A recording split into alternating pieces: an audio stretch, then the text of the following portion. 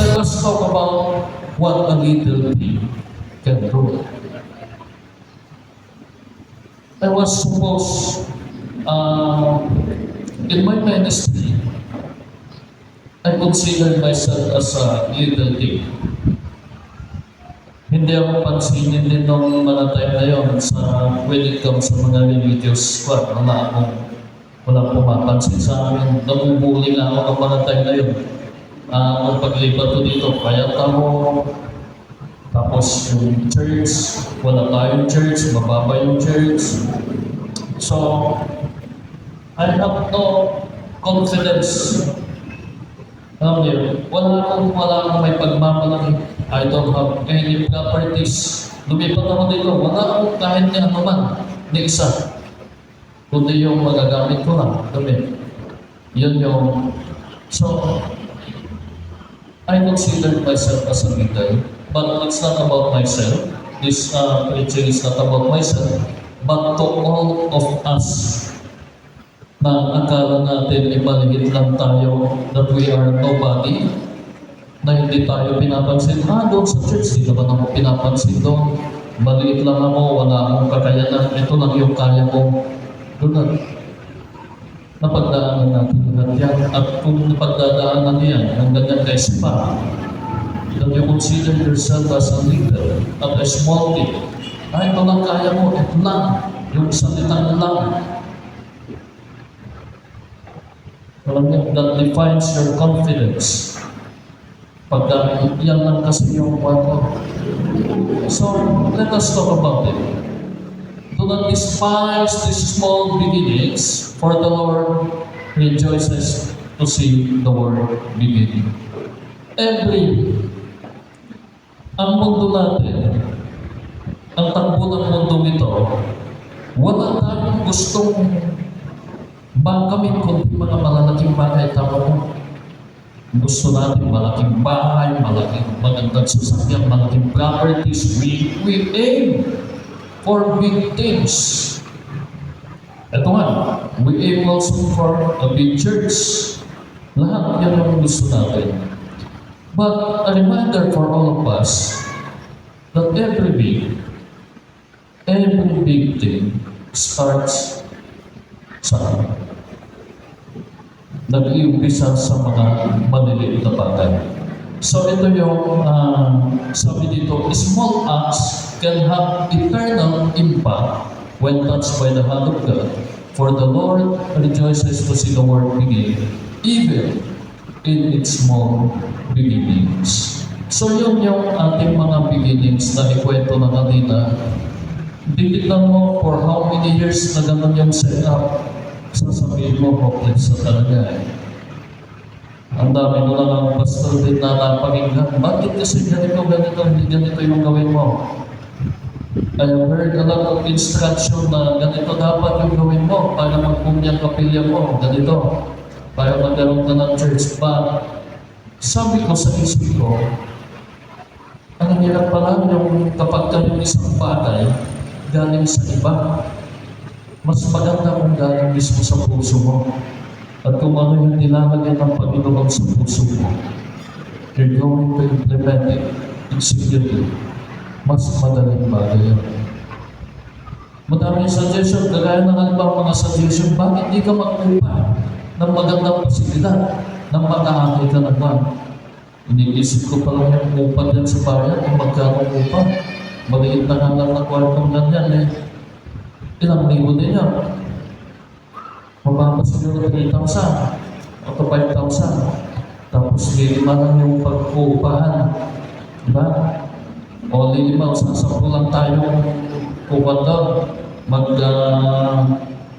Magbabayad doon ng monthly. So how come? I don't know what to do. This is actually a topical sermon on ko.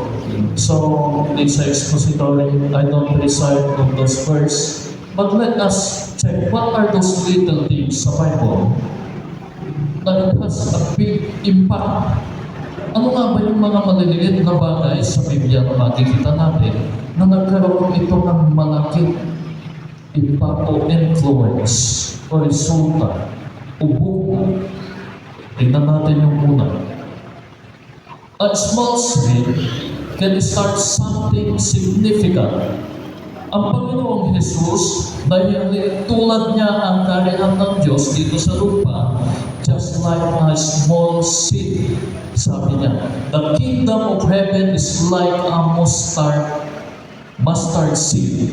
It is the smallest of all seeds, but when it has grown, it is larger than all the garden plants. Yun daw yung kaharian ng Diyos. Actually, pati ngayong pananampalataya, minsan naihalin tulad ng Panginoon sa butil ng mustasa. Mustard seed. Na kung meron kang gabutil kasing liit ng buto ng mustasa na pananampalataya, and you can command the mountain to move. Nung ako naniniwalaan, kahit pala napakaliit yan, it has an impact. May napakalaking impact yan. Kaya mga kapatid, lahat ng mga ginagawa natin dito, whether sasabihin mo, Pastor, ito lang yung kaya ko. Pastor, ito lang yung magagawa ko. Ito lang ako.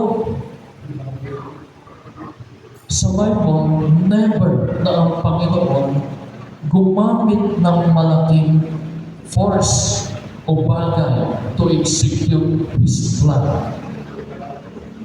Maging si Gideon, nung nakigaya siya sa libo-libo, daang libong mga sundalo, it just took 300 soldiers.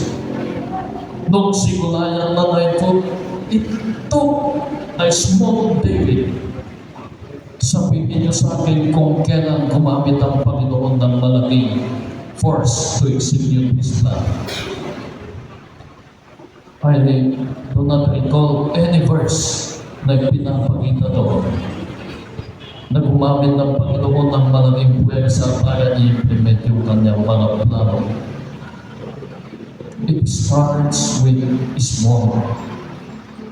Yung pananampalataya natin na maliit, isinabuhay mo, isinagawa mo, pinaniwalaan mo, and it will create a big impact. Yung kaharian ng Panginoong Diyos, just imagine, all over the world now, ay nakakakilala na sa Panginoong Jesus. Ganun kakapangyarihan ang Diyos sa buhay ng mga mananampalataya. The kingdom principle. Jesus compared heaven's kingdom to a mustard seed, smallest of all, yet grows largest. Ito nga, naihalin tulad niya yan, kailan ba kanya magkakaroon ng seeds ang isang halaman? Hindi ba kapag namatay ang halaman na yan, kasama niyang matutuyo na din yung mga bunga niya at matutuyo na din yung mga buto-buto ng bunga. At kapag namatay na yung halaman, yung mga seeds na yun, sabi niya, ano mangyari sa seeds na mga nalaglag sa lupa? They will grow up. At paglaki nilang ganyan, silang lahat ay magiging isang malaking halaman at then mamumunga ulit. That is the cycle. Nakakala natin it is the end, but actually the end is a new chapter of a beginning. May isang paparating na naman. Kaya nung time din, hindi ko pwedeng hindi ma-relate sa mga pinagdaanan natin. Because that is very true sa atin. Na mga time na yun, dinimolish. Ikaw ba naman ma-demolish yung church mo? Gibain. It is a painful. Di ko alam kung anong pakiramdam ni Pastor Luz noong siya ay naka-assign. na pinapanood na ginigiba yung kapilya, yung tahanan ng Diyos. Kung ako yung pastor nun, umiiyak ako siguro nun kapag nakikita ko, a house of the Lord, dinimolish, pinapagpagpagan niya. So, maybe the idea, no, time na yon, ay wala na. Kawatak-watak na yung mga magkapatid sa Panginoon. Di na din kayo halos nag-uusap. Mahirap na tipunin yan, wala nang kapilya. But actually, that story, that situation, that seems to be the end, hindi yun yung katapusan. Amen po ba kayo? Hindi doon natatapos.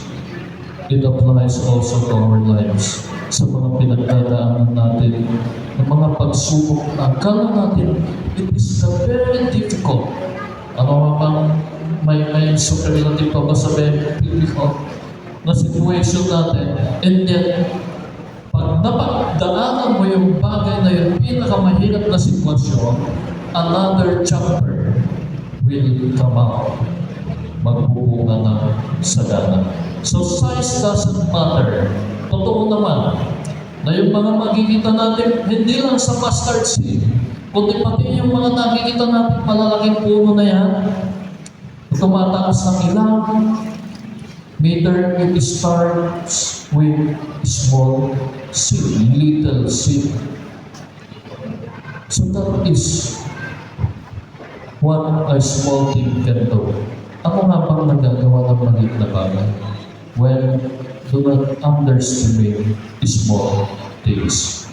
Keep sowing, sabi niya, as a reflection, even when the seed feels too small, God sees what it will become.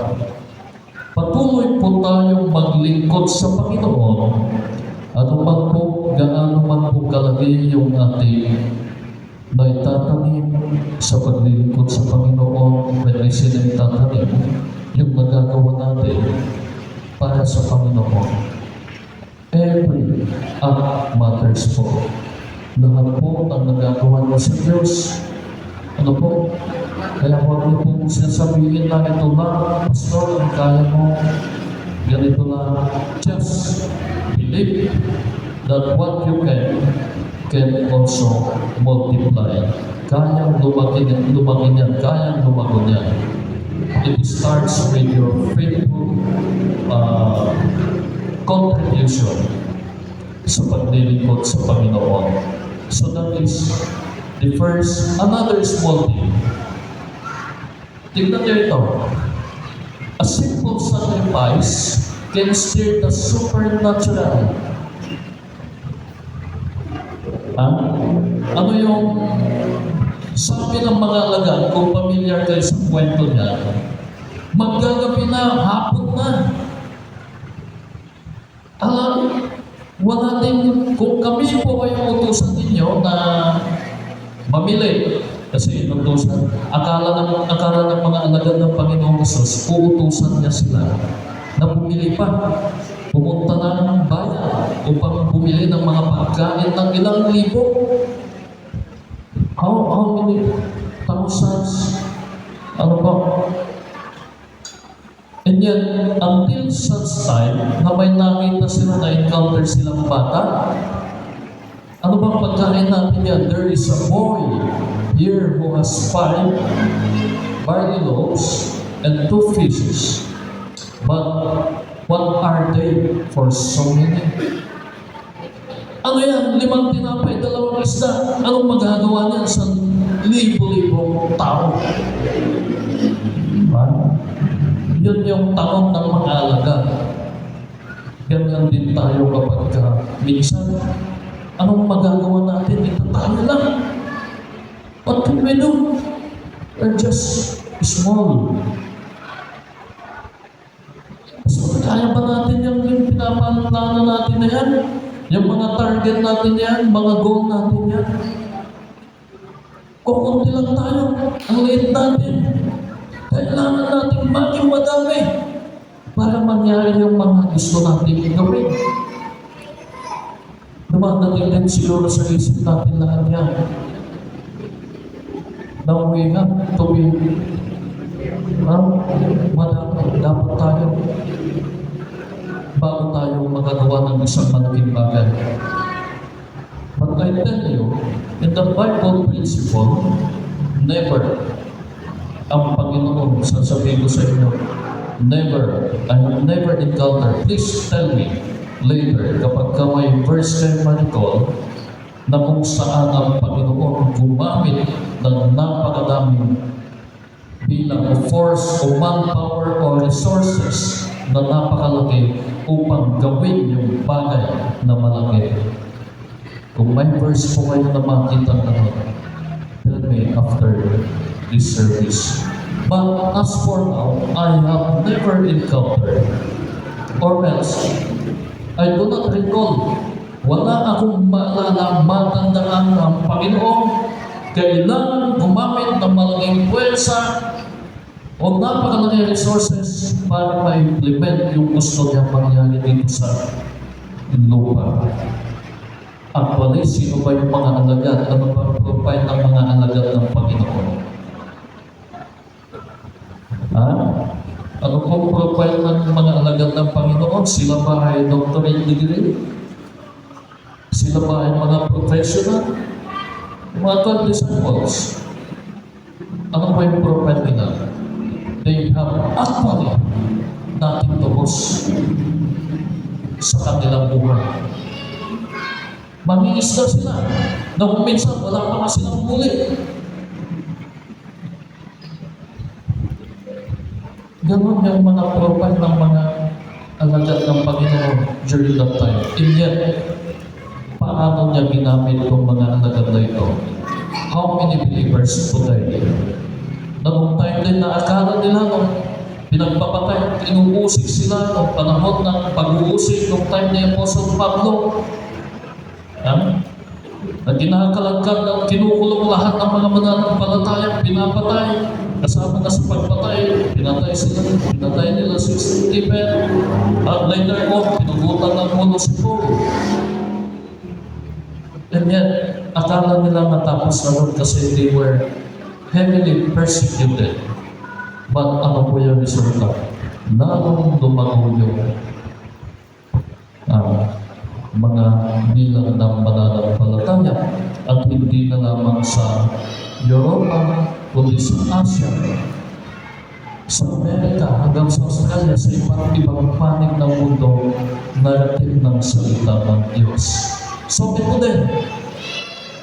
Ang tanong ng mga alagad, what can this bread do for so many sa mga napakadaming tao na ito? Anong kayang gawin? But then, makikita nyo, that is still available na pagkain. Kailangan available, ginamit nila kung ano yung available. At kanino dumaan yung available? Sa Diyos. Binigay nila sa Panginoong Jesus. Kung anong meron ka, ginamit mo sa ikaluluwalhati ng Panginoong Diyos. Hindi kailangan malaki. Pinagkatiwala mo sa Panginoon. Then, I don't think so na masasabi mo pagmalaki. Kapag ka tumaan sa Panginoon, walang hindi nagiging malaki. Amen po ba? Pati mga plano at mga pangarap niya sa buhay, yes, maliit man ang kakayanan ninyo, maliit man ang masasabi niyo, meron kayo, eto lang. I implore you, idaan niya sa kamay ng Panginoon, pagkatiwala niya sa Kanya. At tingnan natin kung anong maging resulta. So that is the second thing, surrender, gift. Ang ginawa niya, binigay lang naman niya. Yun ang meron sa kanya. Kasi pagkatandaan natin, ang Panginoon, hindi naghahanap ng wala sa atin. Kung anong meron sa'yo, meron sa akin, doon lang nagbabase ang Panginoon. Are you going to make what you have available for God? Sa Panginoon Diyos, ipapagamit mo ba? Ibibigay mo ba sa Panginoon kung anong meron ka? That's the thing dito sa aral na mapupulot natin dito. A simple, small material things kasi napakaliit na pagkain, and yet pinagkatiwala niya sa Panginoon, and it multiply. Don't hold back what you have, sabi niya. When surrendered, it becomes more than enough. Amen po ba? Pagka pinagkatiwala mo sa Panginoon, asahan mo na it will be more than enough. Ganyan din naalala niya sa Old Testament kay Elijah. Yes, Elijah. Nung siya ay naglalakad nang may nakita siyang isang babae bago na may isang anak.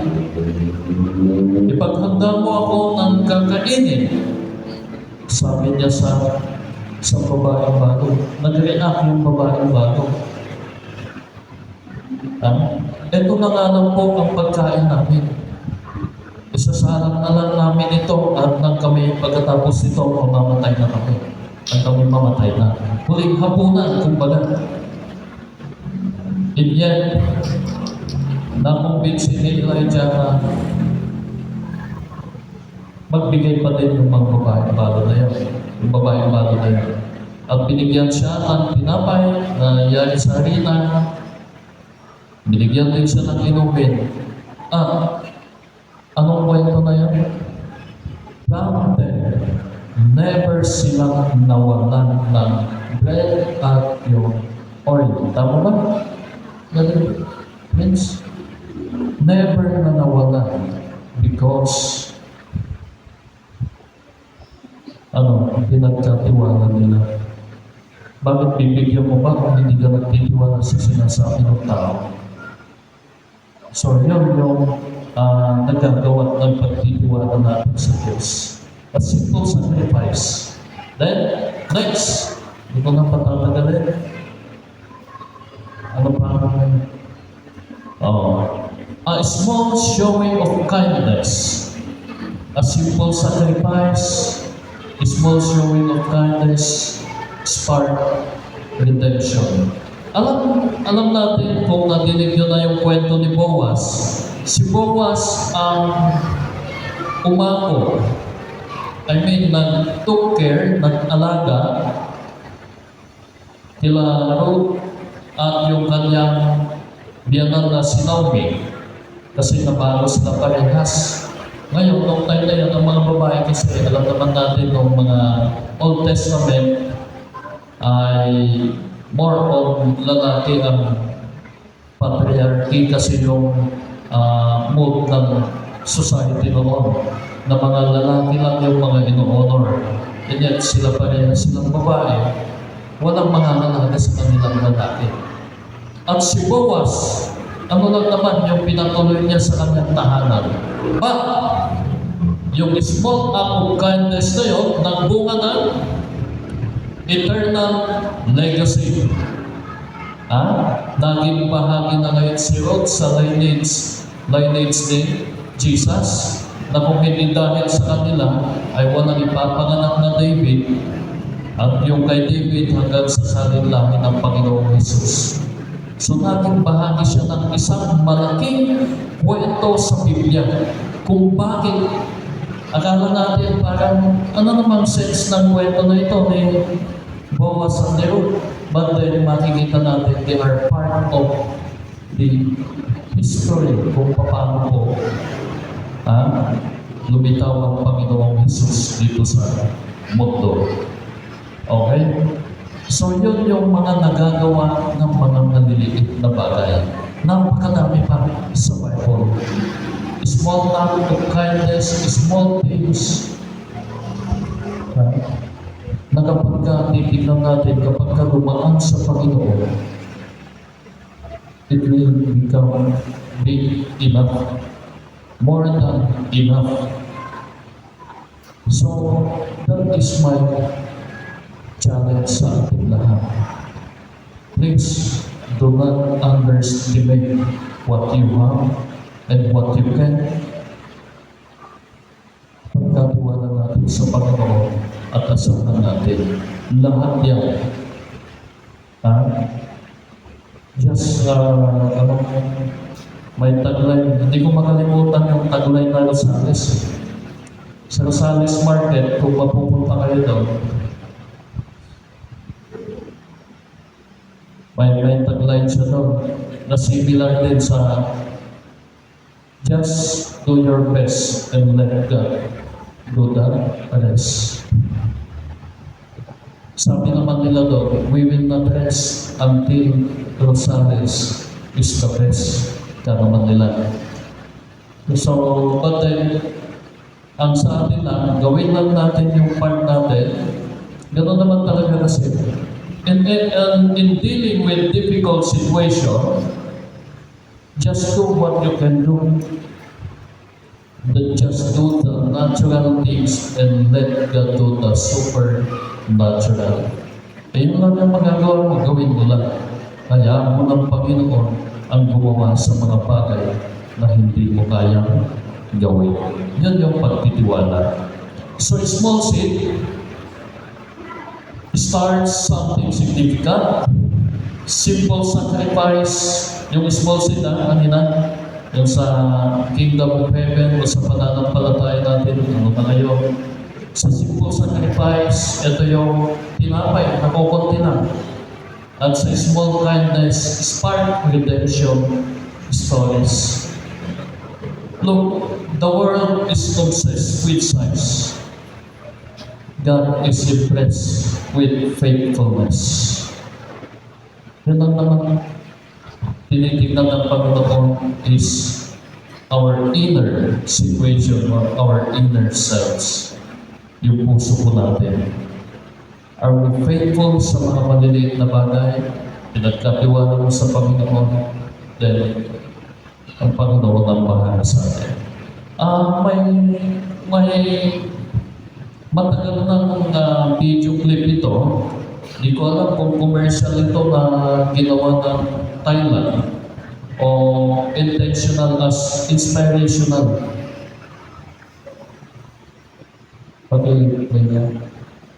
Tingnan na lang natin. Yung iba sa inyo napanood na ito, but every time na mapanood ko ito, naiiyak ako. Naiiyak ako.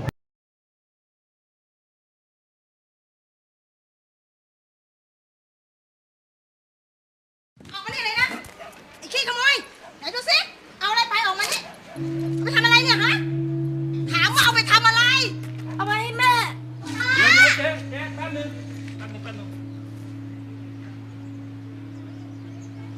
แม่ป่วยเหรอ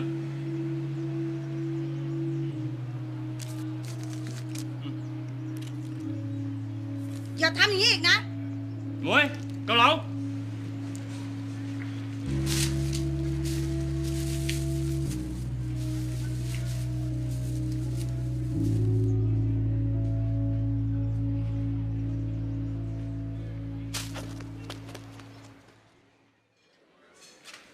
จ๋อนายเลยครับนั่งเลย ป๊า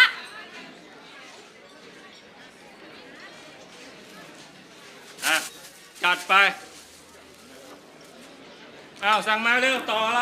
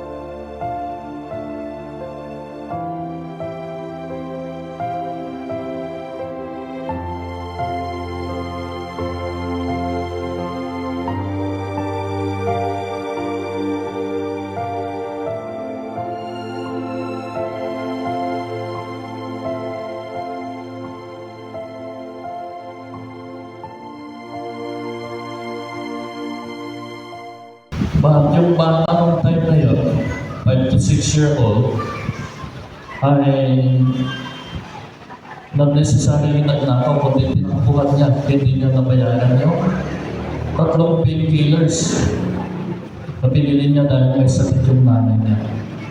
Pero yung naglalako na yun, yung mayari ng karinderya, siyang nagbayad sa gamot ng kanyang nanay. Yun yung kwento na po. Binayaran niya yung gamot ng kanyang nanay, tapos binigyan niya ng soup. Yung ulam, yung soup. Kasi may sakit yung nanay ng bata. Yun yung kwento. After 30 years, yung nagbebenta ng ulam na yun, ayun, biglang bumagsak, nagkasakit na hospital. May bill, 700,000 plus, but and yet, walang magawa yung anak niyang babae na yun. Kaya pinibenta na din pati yung pwesto nila. But di niya alam, yung doktor na tumingin sa kanyang tatay, ayun yung bata noon na maliit. At instead na pabayaran niya, ang sabi niya doon, sinulat niya sa note, it has been paid more than 30 years ago with 3 painkillers and soup. Ano yung pinapakita natin dito? Small act. What a little thing can do, it will inspire people. Ano po? Naalala ko din yung isang estudyante na nagkwento ng kanyang talambuhay.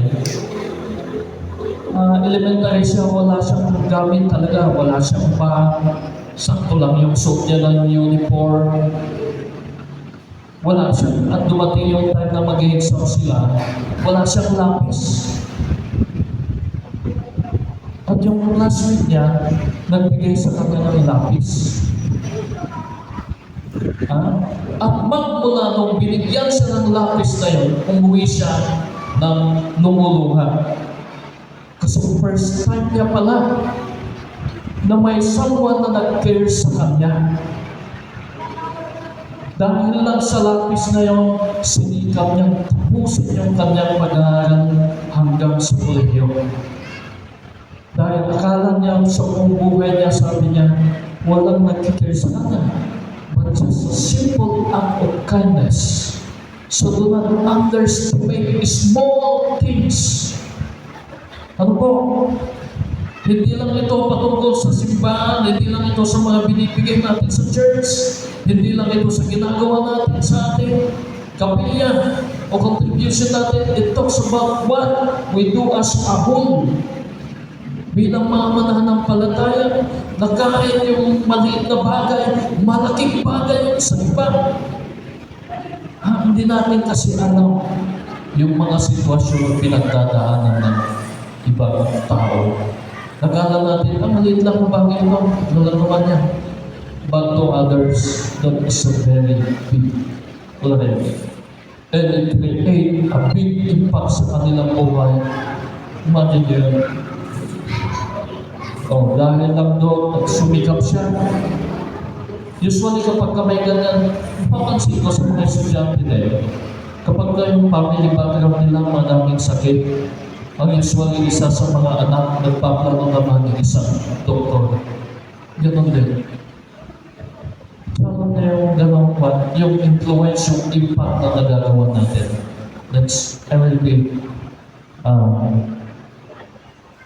Slide na yata. What is in your hand? From small to world changing. Anong meron sa atin? It could be material or it could be our ability surrender it to God. Yan ang hamon ko po sa atin. Yes, maliit lang tayo. Ako nga din, maliit lang. Sabi ko nga sa inyo, when it comes sa religious one, hindi ako pansinin sa religious group. Hindi ako napapansin mo. Wala naman kasi akong practice, wala din ako. So, kumbaga, wala din akong boses yung mga time na yan. I'm just a small, but I surrender everything to God. And watch Him multiply what you are. This is the word of God at magandang umaga sa ating lahat. Palakpakan po natin ang Panginoon. Inaanyayahan ang lahat na tumayo para sa ating pastoral prayer na inilig ni Pastor Boots.